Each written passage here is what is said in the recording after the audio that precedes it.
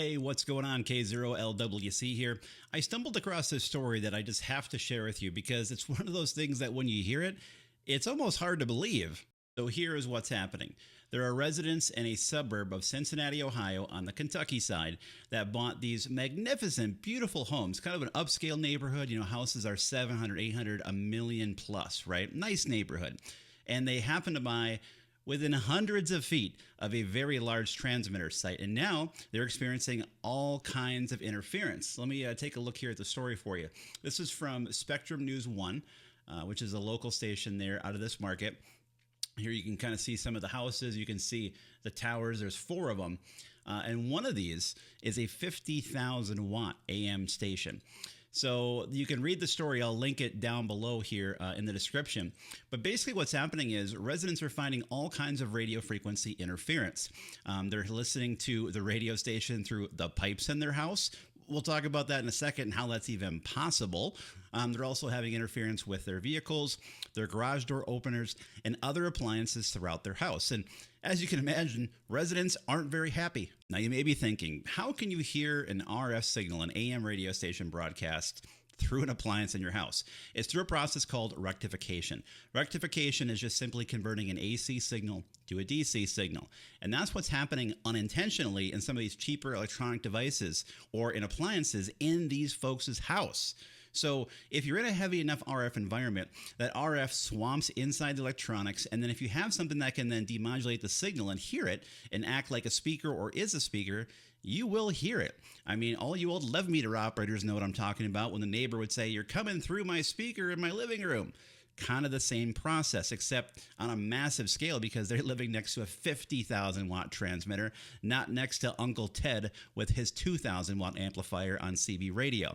So go down to the story linked in the description, and there's actually a video clip of a guy hearing the AM signal through his gas stove in his kitchen. So again, this is causing all kinds of havoc across these folks' house. But here's the interesting thing too. They did say the problem is intermittent. It's not just always there. So I got to thinking, why would it be intermittent? And here is my theory on that. If it's more of a daytime issue, most transmitters at sites like this increase their power levels during the daytime. So if it's a daytime thing, it's just a pure power level issue.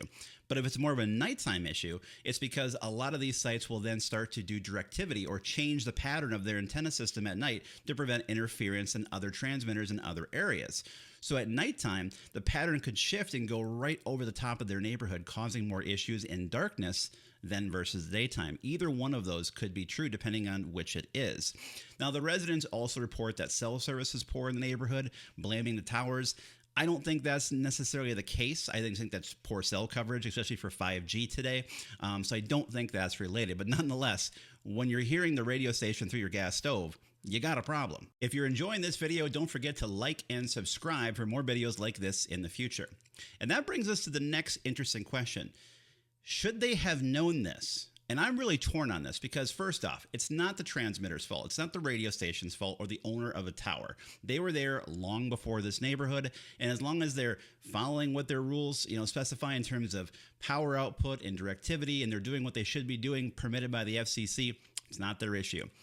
I asked my friends, my family, my coworkers, I said, if you were buying a house, would you think twice about building next to these massive radio towers? I mean, radio towers today are everywhere.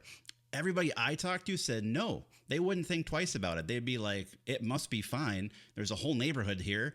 It's going to be okay. Only to find out that after you moved in, you signed the dotted line. Now you have all these issues cropping up. So I really do feel for the people because I don't think it's on them. And the bottom line is, I believe, in my opinion, this neighborhood is just way, way too close to this transmitter site. I mean, to see more development moving in on these massive transmitter sites, I just think you got to have some kind of barrier, some kind of boundary around these. Otherwise, you're going to have those problems. So I really feel for the people that bought these houses. And I'm not sure, I said, what they're going to be able to do to rectify the issue. No pun intended on rectify.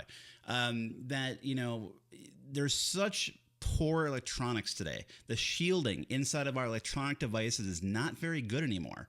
So what ends up happening is that RF can easily get in these cheap electronics and cause all kinds of issues. It's like if you're going to live in a space like that, you could probably make it work, but you'd have to really spend a lot of extra money to make sure the electronics you're using are shielded. And even then, there's no guarantee. So I'm curious to what you think.